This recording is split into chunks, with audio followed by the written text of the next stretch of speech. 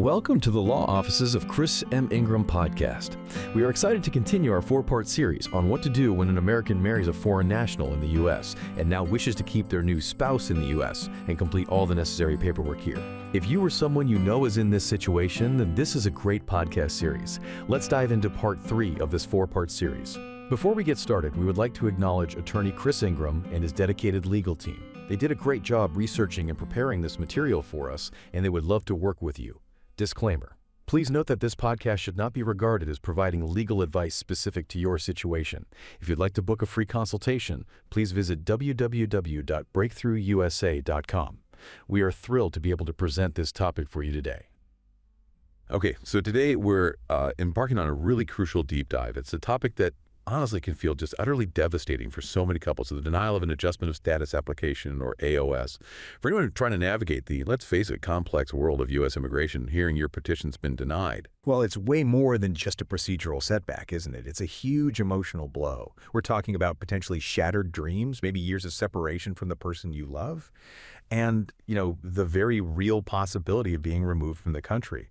Think about it, the emotional investment, all the hope, the planning, often a significant financial commitment too, all poured into this process, only to get hit with that crushing no. It really feels like everything hangs in the balance. You've really captured the emotional weight, the practical gravity of an AOS denial. Yeah. And what's particularly critical, I think, for you, our listener, to understand is how these stakes are really escalating significantly, especially as we're moving deeper into 2025. Our researchers, our whole legal team, we're seeing what you can only really describe as heightened and increasingly unforgiving scrutiny from USCIS. It's not just minor rule tweaks. It feels like a fundamental shift. There's this elevated demand for precision, like an absolute requirement for flawless applications, every single step. That margin for error, it was always pretty slim. Right now, it's shrunk dramatically. And when you connect this to the common pitfalls, things like misrepresenting immigrant intent. Okay, like saying you're coming for a visit, but really planning to stay. Exactly that. Or critical travel errors, like leaving the U.S. without the right paperwork. These risks just get amplified exponentially in this climate. These aren't just little hiccups anymore. They're critical vulnerabilities USCIS is actively hunting for. It makes getting through successfully much, much tougher. That heightened scrutiny, wow, it definitely paints a stark contrast, doesn't it? Especially compared to the positive outcome we talked about for Pretty and James back in part 2 of this deep dive. Yeah. You might remember we explored the steps after AOS approval, those potential travel risks that can just pop up unexpectedly, and even some of the unique cultural challenges couples often face. We also really highlighted the expertise of attorney Chris Ingram and his team in guiding clients through this, challenging 2025 USCIS environment. And just as an update, Pretty and James, remember, they faced that high-stakes travel crisis, errors from a previous unlicensed consultant? Well, they ultimately got their green card approved, Pretty's residency is finalized, their Chicago dance studio, thriving, teaching kids cultural dance, their journey, overcoming those initial mistakes, even a potential 3-year ban. Yeah. It just really underscores the huge value of quality counsel. It stopped what could have easily been an American nightmare. Absolutely. Their success really frames why understanding these pitfalls, getting meticulous guidance, is just vital. Indeed, their story is it's a perfect illustration of that make or break nature you mentioned when it comes to picking the right legal help. What's particularly fascinating from our team's viewpoint is the clear difference in outcomes we see. You compare applications put together meticulously by experienced, reputable attorneys versus those handled by, say, unlicensed consultants or even lawyers with less specific experience. Our research consistently shows it. Those who lack the comprehensive, really up-to-the-minute knowledge of these constantly changing immigration laws, or maybe just don't have that meticulous attention to detail USCIS now demands. Well, they significantly increase the risk. They risk turning that American dream into, frankly, a devastating nightmare. Yeah. They often just lack the deep understanding of the subtleties, the strategic foresight to maybe see potential issues before they blow up, or just the robust approach needed to build a truly solid case, especially now with this intense focus on fraud. It's more than just paperwork. It's navigating a really intricate legal maze. And it's not just about a general lack of experience, is it? Attorney Chris Ingram and our team often stress that this becomes even more critical for applicants coming from what USCIS considers high-risk countries. Our researchers specifically mentioned nations like Ghana, for instance. Applicants from there seem to face an even more intense level of scrutiny. The bar just feels higher right from the start. which just underscores the critical need for truly expert guidance. You really can't afford to go with someone who's just good enough. You need an attorney who gets the general complexity, sure, but also has that nuanced awareness of the specific challenges, the potential biases USCIS might have regarding certain nationalities. Precisely. And this crucial context, it really sets the mission for our deep dive today. Our goal is to meticulously break down the main reasons why adjustment of status applications get denied. We want to give you a clear roadmap of those potential pitfalls. We'll thoroughly explore the complex challenges around maintaining transparent immigrant intent and navigating the tricky parts of international travel during the AOS process. We'll also shine a light on the very real, often hidden dangers of using unregulated or unlicensed immigration services. And finally, we're going to delve into a poignant real-world case study. This story will serve as a really tangible illustration of all these points, how errors can pile up, and how expert help can hopefully make all the difference. It's about empowering you with the knowledge to avoid these traps and navigate the whole thing with more confidence. Okay, let's unpack one of the biggest and maybe most misunderstood reasons for AOS denials: misrepresentation of intent. Specifically, violations of Section 214B of the Immigration and Nationality Act. Now, this section, it's like a bedrock principle of U.S. immigration law. It basically says every non-citizen applying for a non-immigrant visa or trying to enter as a non-immigrant is presumed to be an immigrant until they prove otherwise. Right. The burden of proof is on them. Exactly. So in practical terms, if you come in on, say, a B2 tourist visa, the law expects you're coming only for a temporary purpose, a visit. The violation happens when you enter with this preconceived plan to marry a U.S. citizen and then apply to state permanently adjust your status. The key thing here is the difference between what you said your purpose was at entry and what your actual underlying intent was. USCIS is super attuned to any mismatch there. And this is where it gets, well, really insightful how they uncover this misrepresentation. Customs and Border Protection, CBP, and later USCIS, they've become incredibly sophisticated. They're not just taking your word for it anymore. At the border, CBP officers are increasingly using various investigative techniques. This can mean thorough checks of your phone or social media. Wow, really? At the airport? Oh, yeah. And it's not just a quick glance. These can be detailed examinations. They're looking for digital breadcrumbs, you could say. Yeah. So, for instance, if those checks reveal prearranged wedding plans, maybe texts about a dress fitting, a reception venue already booked, maybe even a marriage license application filed before you even got on the plane. Uh-oh. Right. That immediately triggers a massive red flag. It can lead directly to you being denied entry right then and there. Or, more often, it results in a finding of inadmissibility when you later apply for adjustment of status inside the U.S. And that creates a huge, often very difficult hurdle to overcome. Okay, so to make this even clearer, what kind of things might flag your intent? Like, let's say in your excitement, you post on Instagram a week before your flight, just landed in the U.S., can't wait for wedding dress shopping next week. Something like that. Exactly like that. Or maybe you emailed a wedding planner, confirmed a ceremony date for shortly after you arrive. Okay. If a CBP officer looks at your phone or social media at the border and finds evidence of those prearranged plans, especially if they date back to before you entered, that could easily be seen as clear, compelling evidence of preconceived immigrant intent. It's not just what you say, it's what your digital trail or documented plans reveal about your real reason for coming. It just highlights how vital it is to understand the legal meaning of intent, which can be pretty nuanced. Okay, shifting gears a bit. Another critical reason for AOS denials, and this one seems entirely avoidable with the right advice: traveling outside the U.S. without getting advance parole first. Yes, this is a big one. What's often misunderstood by applicants, and something our team constantly has to clarify, are the severe legal consequences of this seemingly simple action. Advance Parole, it's a crucial travel document USCIS issues. It specifically allows certain foreign nationals, including those with pending AOS applications, to travel abroad and then come back to the U.S. without legally abandoning their green card application. So it's like pre-approval for re-entry while you wait. Essentially, yes. It pre-approves your return while your application is still in process. Without it, you're basically gambling with your entire immigration future. And the consequences if you ignore this, they sound, frankly, catastrophic. They are. If you leave the U.S. during the AOS process without getting this document first, you're almost certainly facing a severe penalty. The immediate result is usually the automatic abandonment of your AOS application. All that work, the waiting, the money. Gone. Instantly forfeited. Wow. Yeah. But it can get even worse, right, depending on your immigration history. Like if you've overstayed a previous visa. Absolutely. If you've overstayed a prior non-immigrant visa by more than 180 days, leaving without advance parole can trigger a 3-year or even a 10-year re-entry ban. 10 years. 10 years. It's not just a denial, it's a legal bar preventing you from coming back to the U.S. for a very long time. It effectively cuts off your path to residency for years, maybe even a decade. And this particular mistake, it's especially devastating for people who've already overstayed a non-immigrant visa. What's critical here is that for someone who's already considered out of status because of an overstay, the adjustment of status process while they're physically in the U.S. is often their only way to get a green card.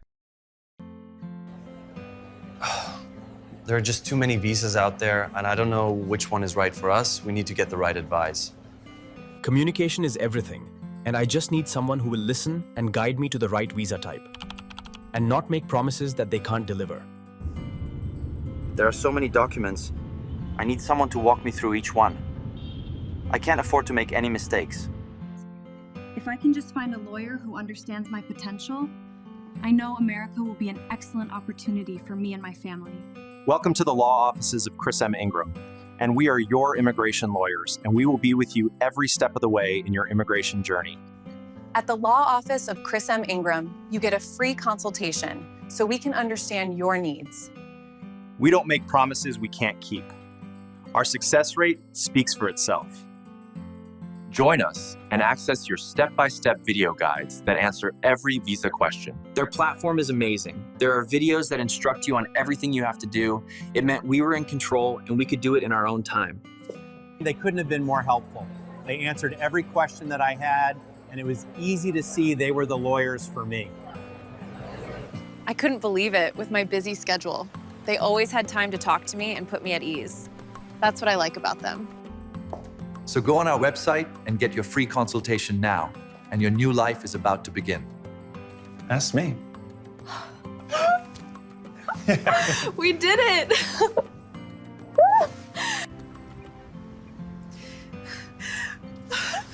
We did it! We did it! Oh my God, I got my visa! Yes, I did it!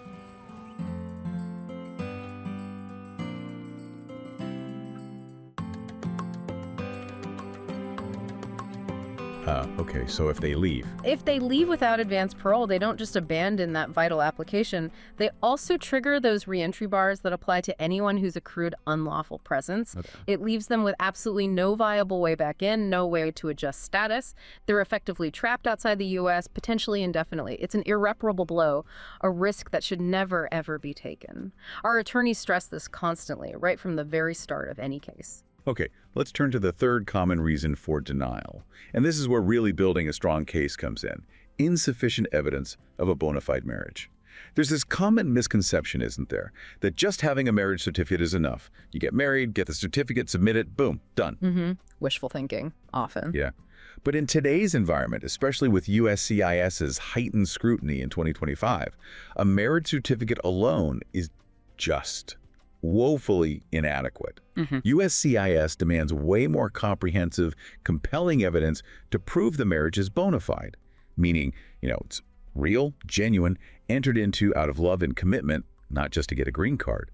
They want proof of a shared life. That's precisely it. They need comprehensive, compelling evidence showing the marriage is legitimate in every sense. They're looking for a consistent pattern, shared life, mixed finances, shared responsibilities that clearly points to a genuine marital union. This means gathering a whole range of documents. Think joint finances, shared bank statements showing activity, joint tax returns, maybe joint credit cards. That shows you're mixing your money. They also look for proof you live together. Joint leases, property deeds if you own a home, utility bills, electricity, gas, water in both names. Okay. Joint insurance policies are great too. Health, car, life. And beyond the official stuff, USCIS puts significant weight on affidavits from friends and family. These shouldn't be generic. They need to be detailed, heartfelt accounts from people who really know you as a couple, offering personal stories, observations about your life together. Like a real anecdotes? Exactly. The more diverse and comprehensive the evidence you provide, painting that full picture of your shared life and commitment, the stronger your case for authenticity will be. You know, it's really crucial to understand that in this 2025 climate, with the increased scrutiny we keep talking about, a weak marriage-proof portfolio, it's almost certainly going to invite intense scrutiny. Yeah. And likely lead to a denial. If you just toss in a marriage certificate and a couple of vacation photos, Yeah. that's going to be a massive red flag. Yep. USCIS officers aren't just glancing at these. They're trained to dissect them, looking for any sign of fraud. They demand a deep, provable history of shared life, joint responsibilities, real commitment. So you really need to meticulously gather every piece of evidence you can find. Essentially, build an undeniable case that your marriage is the real deal. It takes foresight, diligent record keeping, and really understanding what they consider compelling proof. And finally, we get to a sensitive point, but one that's undeniably crucial for many applicants, being from a so-called high-risk country. What's important to understand here, as our researchers point out, is that while it absolutely does not mean guilt or suggest any individual applicant is committing fraud, people from certain countries, like Ghana and Nigeria, for example, often face heightened suspicion during the immigration process. This suspicion isn't arbitrary. It usually comes from historical data patterns of immigration fraud linked to those areas, which USCIS tracks. So while every case is judged on its own merits and every applicant deserves fair treatment, the starting point for people from these countries often involves a higher degree of skepticism, a more intense review process right out of the gate. It's an unfortunate reality of risk assessment in immigration. That's a really important clarification. So just because of your nationality, it doesn't mean you're guilty or your marriage isn't real. Absolutely not. But what it does mean, as our team notes, is that USCIS will closely examine their cases for fraud with an even finer tooth comb, which translates directly into needing an even stronger, more meticulously prepared application. Your evidence has to be absolutely impeccable. Your story, totally consistent. Every detail needs to withstand that intense scrutiny without any ambiguity. It's like an extra burden in a way, but that's the reality for these applicants. Yeah. And it makes having expert legal help even more essential. You just can't afford any missteps or vague areas when you're coming from a region under that kind of microscope. Okay, so now let's shift from the general reasons for denial to the specific, often avoidable mistakes that frequently lead to those bad outcomes. The first one, we've touched on it, but it really deserves a deeper dive because it's so fundamental, is misrepresenting intent. The core violation, like we said, is claiming a temporary purpose vacation, maybe business trip on a B2 visa, while secretly having that preformed plan to marry and stay permanently. This directly violates Section 214B, and it carries big consequences: outright denial of your adjustment of status, maybe even a finding of inadmissibility that bars future entry. It's a legal tightrope, and missteps can be, well, irreversible. And our team's research provides this really detailed, almost like a cautionary tale example of how this plays out. Imagine this common scenario. Yeah. You arrive at a U.S. airport, show your B2 visa to the CBP officer, and you truthfully say you're here for a short holiday. But during a routine check, the CBP officer decides to look closer, maybe reviews your phone, social media accounts. It happens. And they find those prearranged wedding details, maybe emails with a wedding planner from months ago, or that social media post talking about your upcoming wedding that you made before you even flew here. This discovery immediately acts as a flag on your case, marks it for potential intent misrepresentation. Now, you might still get led into the U.S. that day, but that red flag, it becomes part of your immigration record. It follows your application all the way through the adjustment of status process. Right. And makes it incredibly vulnerable to denial for misrepresentation when USCIS reviews it later. This exact scenario is why our legal team's video guides are so incredibly crucial for our clients. They don't just explain the law in theory. They offer invaluable practical insights on how to maintain transparent intent. And maybe even more critically, how to ensure your entry into the U.S. accurately aligns with your visa terms. The key advice we give, coming directly from attorney Chris Ingram and the team's extensive experience, is this. You must always declare a temporary intent at entry consistent with the visa you have. Now, if your main purpose is genuinely temporary and the marriage happens organically, spontaneously after you enter as your relationship develops, that's usually a different situation. Okay. But any tangible evidence of that preconceived intent to marry and stay can be devastating. These video resources are designed specifically to guide you through articulating your intent clearly, consistently, truthfully. To help you avoid this huge, often devastating mistake, it helps you understand not just the letter of the law, but the spirit behind it too. Okay, let's move to another truly catastrophic error that unfortunately many applicants make, but could easily sidestep. Failing to secure advance parole before traveling internationally. We just cannot stress enough how serious this mistake is. Absolutely critical. Leaving the U.S. during your AOS process without having that advance parole document in hand. It's one of the fastest ways to completely derail your entire green card case. It instantly risks either a 3-year or even a 10-year reentry ban, or at the very least, the automatic abandonment of your pending application. And for people who've overstayed visas previously, this mistake is especially dangerous. It can completely, permanently cut off their only path to legal residency, leaving them stranded outside the U.S. with no way back. So to proactively prevent this, our legal team consistently recommends a strategic, forward-thinking approach. It's absolutely vital to apply for advance parole early in your AOS process. We usually advise doing it within 3 to 6 months of filing your initial AOS application. Okay, so get it in early. Exactly. That time frame usually allows enough processing time for the document to be issued and approved before any urgent or even planned international travel might come up. What's often overlooked, and what our travel-focused video guides detail specifically, is the meticulous preparation of all the supporting documents needed for the advance parole application itself. This includes, for instance, a detailed statement explaining your legitimate reason for travel, why you need to leave and come back. This helps USCIS understand your situation. Right. By diligently following these guidelines from our attorneys, you can ensure safe international travel without putting your green card case at risk. It basically turns a potential disaster into a manageable, secure part of your immigration journey. All right, the third common mistake, and one that trips up a lot of unsuspecting couples, often just because they don't realize how tough USCIS requirements are, providing limited evidence of a bona fide marriage. It's an easiest man to make, right? We're legally married, we have the certificate, what more could they possibly need? Yeah, it seems logical on the surface. But as our team strongly emphasizes, just submitting that marriage certificate is profoundly insufficient for USCIS, especially now with the heightened marriage fraud scrutiny in 2025. They're not just looking for proof you had a ceremony. They want a comprehensive, undeniable picture of your shared life, a real demonstration that your marriage is genuine, not just for immigration benefits. Rome, 20,000 spectators, one epic battle, 2 warriors, one destiny. But before they can fight for glory, they must face the real challenge, getting their visa approved. If you want to enter, show me your visa. They should have went to the law offices of Chris M. Ingram. They are very good. Yes, I've heard the same. They handled my visa in no time. They are not approved! They are not approved! Off to the Lions Pit! Come with me, boys. It's dinner time. Because even legends need the offices of Chris M. Ingram. Are you looking for a visa? Why don't you get your free consultation on the Breakthrough website? We're with you every step of the way.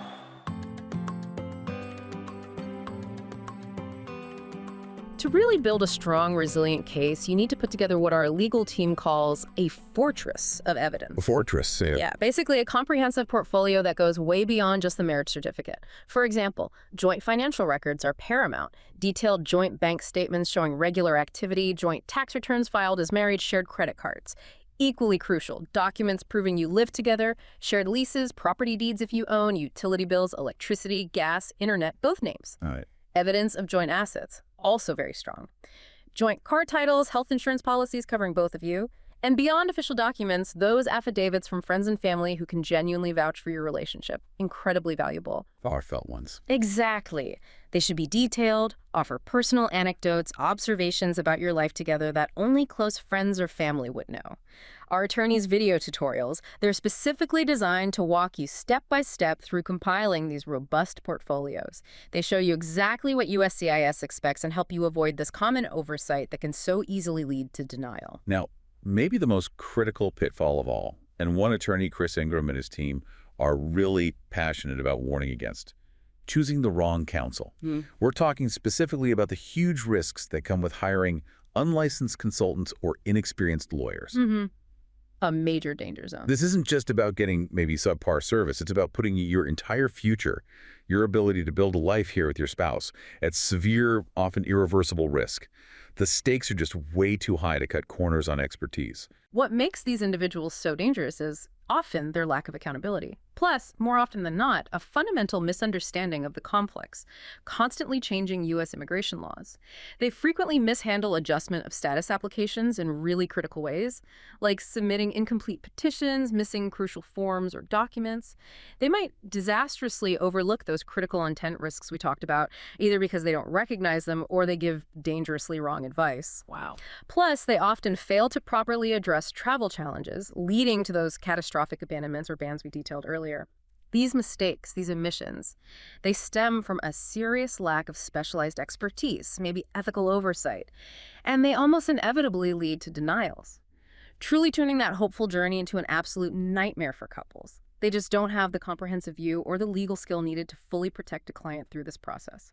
Our researchers gave us a stark and sadly common example of how an unlicensed consultant might just completely fail a client. Imagine a consultant working totally outside any legal regulation, completely forgetting to tell a couple about needing advance parole. Happens more than you'd think. Or maybe they confidently tell them, oh yeah, you can travel internationally, no worries. Just one piece of dangerously bad advice given out of ignorance or carelessness. It can undo months of work, lead straight to abandoning the AOS case, triggering a 3 or 10-year ban. Devastating. Or maybe they tell a couple, just send in the marriage certificate and a few photos, which, as we know, is totally inadequate for a 2025 USCIS review focused on fraud. This kind of inadequate counsel, it doesn't just cause delays, it can genuinely turn dreams into nightmares, leaves couples feeling hopeless, broke, and often with no way forward for their immigration future. And this is precisely where the value of attorney Chris Ingram and our team becomes so incredibly clear. It's a stark contrast to those dangers of inadequate counsel. What's compelling is Chris's, nearly 2 decades of dedicated expertise just in this field. That means our firm has seen, diagnosed, and successfully fixed countless errors made by less experienced or unlicensed people. Right. You've seen it all. We bring in institutional knowledge, a strategic foresight. It lets us not only avoid these common pitfalls from the start, but also correct these errors with precision when a client comes to us after a denial. It's about bringing a level of legal sophistication, meticulous planning, and unwavering dedication that you just don't get from unregulated or less experienced sources. It's not just about fixing mistakes after they happen, right? It's about robust prevention. Your client-loved video guides, the passionate support from the team. They're specifically designed to ensure compliance right from day one. Proactive. They meticulously break down complex legal stuff into clear, understandable steps, empowering you, the listener, to compile exactly the right evidence, fully grasp the nuances of intent, navigate the whole process safely, confidently. This proactive approach, it directly protects your spouse green card application from those perils of inadequate counsel. It maximizes your chances of success, gives you peace of mind that your future's in expert hands. It's about building that strong foundation right from the beginning. Yeah. So, okay, what does all this mean for real people? How do these denials, these strategies, play out in actual lives? Let's now dive into a compelling real-world challenge, the poignant story of Kwame and Sarah. Kwame, he's a Ghanaian entrepreneur from Accra, vibrant city. His childhood was spent exploring the world through those flickering screens in early internet cafes. And those experiences fueled this powerful personal dream to bridge digital divides. He envisioned using tech to empower underserved communities, create access, opportunity, a passion that's really defined his journey. Kwame's path eventually led him to San Francisco in 2023.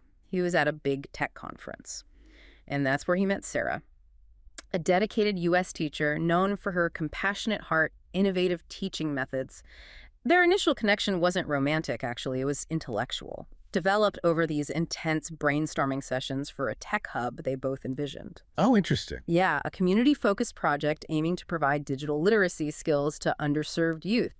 This genuine shared vision blending Kwame's tech skills with Sarah's education passion, it quickly blossomed beyond just professional collaboration into a really heartfelt personal relationship. But here's where Kwame made that critical misstep, a grave error that would later cast this long shadow over their future. He entered the U.S. on a B-2 tourist visa, told CBP he was coming for a short holiday. However, unbeknownst to Sarah at first, he was secretly planning to marry her. He'd even tentatively booked a wedding venue in San Francisco weeks before he arrived. Oof, that's the classic 214B issue. Exactly. A clear textbook violation. Misrepresentation of intent. Because his real primary purpose for entering wasn't temporary tourism. It was to get married and stay permanently. This initial fundamental mistake, it set their whole immigration journey on an incredibly precarious path. But despite that legal misstep right at the start, their connection was undeniably real, deeply rooted. Their 2024 San Francisco wedding, it was vibrant, joyous, truly heartfelt. The venue was draped in beautiful kente cloth, nodding to Kwame's heritage. The air filled with traditional Ghanaian folk songs. That was amazing. It was. And their shared vision for the community was visible. Sarah's enthusiastic students were there, Kwame's tech colleagues, all cheering them on. It was clearly a marriage born of real affection, shared purpose, genuine commitment to build a life together. A powerful human story, contrasting sharply with that initial technical legal error that caused so much trouble later. As those happy wedding memories started to settle, the daunting reality of the adjustment of status process just loomed large. And this wasn't just any immigration application. It was made extra treacherous by those intensifying USCIS crackdowns of 2025, especially for applicants from countries classified as high fraud, like Ghana. Intense scrutiny. Applications from those regions faced this overwhelming review. It was an environment demanding absolute perfection, where even the tiniest mistake, inconsistency, missing document could and often would lead to devastating consequences, and outright denial. Compounding this already tough situation, Sarah stretched incredibly thin teaching. Plus, the mounting startup costs for their tech hub made a fateful, though understandable, mistake. Trying to save money, she hired an unlicensed consultant to handle their AOS petition. Ah, the consultant trap. Exactly. This decision, sadly, just compounded their troubles, unwittingly risked turning their hopeful American dream into a total nightmare. What people often overlook is this illusion that saving a bit on legal fees actually saves money long term. More often, that perceived saving comes at the huge cost of jeopardizing the entire case because of critical mistakes. Our team's deep dive into their case, it showed just how shoddy that consultant's initial petition really was, glaringly incomplete. It omitted crucial, fundamental evidence USCIS demands for bona fide marriage proof, like zero joint financial records, which are essential. Wow, none at all. None. No compelling affidavits from Kwame's tech mentors, who could have vouched for his genuine entrepreneurial spirit, his work on the tech hub with Sarah. Not even blueprints or detailed business plans for the tech hub, which could have strongly backed up their shared vision, their intertwined lives. And crucially, the consultant completely ignored that earlier CBP discovery of wedding plans on Kwame's phone at entry. That was a ticking time bomb, guaranteed to explode during the USCIS review. So, at Kwame's AOS interview at the San Francisco USCIS office, the cumulative effect of all these errors became devastatingly clear. Immediately, the USCIS officer, operating with that heightened vigilance of 2025's fraud-focused zeal, issued an outright denial notice. Right there on the spot. Just like that. Just like that. The specific reasons cited, two main ones. Misrepresentation of intent under Section 214B, exactly what we've been dissecting, and insufficient proof of their marriage's authenticity. Despite Kwame's heartfelt stories, his eloquent description of their tech hub vision, the undeniable passion he showed, those powerful narratives just fell flat without documentation. Heartbreaking. Without the meticulously gathered, legally relevant evidence to back up his words, they held tragically little weight against the officer's skepticism and the tough, unforgiving requirements of the 2025 environment. You can only imagine the anguish, the despair. Sarah was apparently sobbing outside the USCIS office right after the interview. Their whole shared dream just teetering on the edge of collapse. Everything they had worked for, their shared vision, their genuine love, all seemed to be dissolving. It's truly a gut-wrenching moment when you realize that technical errors, lack of solid evidence, and especially poor legal advice can completely undermine a legitimate, heartfelt dream. Leaves a couple feeling utterly hopeless, often with no immediate way forward. Clinging to just a glimmer of hope, Sarah, having learned the hard way about inadequate counsel, wisely turned to attorney Chris Ingram and our experienced legal team. They were drawn by our firm's long-standing reputation for navigating even the most complex immigration hurdles successfully. What's key here is the fundamental shift in their understanding that happened almost right away. By diligently using our intent-focused video tutorials, Kwame and Sarah started to truly grasp the gravity of Kwame's initial misrepresentation at entry, and just as important, the absolute undeniable need for robust, comprehensive evidence to fight the denial. Ah, the light bulb moment. Exactly. These invaluable resources empowered them not just to understand what went so wrong, but more importantly, how it needed to be meticulously fixed. That was the critical first step on their path to, hopefully, redemption. Okay, so armed with this new understanding, attorney Chris Ingram's passionate legal team launched a bold appeal. They were fully aware of the incredibly steep odds, especially given 2025's unforgiving climate for denials. They meticulously compiled what our attorneys called that fortress of evidence. Building the walls high. Right. This wasn't just a few extra papers. It was a comprehensive, undeniable portfolio designed to withstand intense scrutiny. It included captivating videos of their authentic Kente-clad wedding, capturing the real joy. Detailed emails showing the tech hub's actual community impact, demonstrating the progress of their shared vision. They also gathered crucial joint bank statements detailing their startup fundraising, proving intertwined finances, and powerful affidavits from Sarah's students who attested Kwame's app prototypes. Wow, that's strong third-party validation. Exactly, offering genuine proof of his work and the authenticity of their partnership. And beyond just gathering documents, our legal team's expert coaching meticulously prepared Kwame. Prepared him to directly, confidently address both the heightened scrutiny around Ghana and his initial intent violation. We didn't shy away from the tough stuff. Instead, we coached him on how to strategically emphasize their genuine marriage through compelling stories. Stories of shared coding sessions, collaborative classroom visits, their mutual dedication to the tech hub. So teaching him how to present the truth effectively. Precisely. This rigorous preparation was pivotal. It shows how our team helps clients not just collect documents, but articulate their truth compellingly, transparently, strategically, even under pressure. And make no mistake, this was a genuine last-ditch effort. It demanded absolutely meticulous documentation and a highly sophisticated legal strategy, not just to counter the consultant's disastrous errors, but also to overcome 2025's inherently unforgiving climate and rigid rules. So, as this meticulously compiled appeal, spearheaded by attorney Chris Ingram's team, finally landed on the USCIS appellate desk, Kwame and Sarah waited. In agonizing suspense, their shared tech hub vision, once so bright, now seemed to flicker precariously. Like Accra's unreliable internet you mentioned, its entire fate just hanging precariously in the balance. Which brings us to an important, very human question for you, our listener, to think about. Will attorney Chris Ingram's expertise, combined with those comprehensive video resources, the unwavering, passionate support of his team, will it be enough to successfully overturn Kwame and Sarah's heartbreaking denial?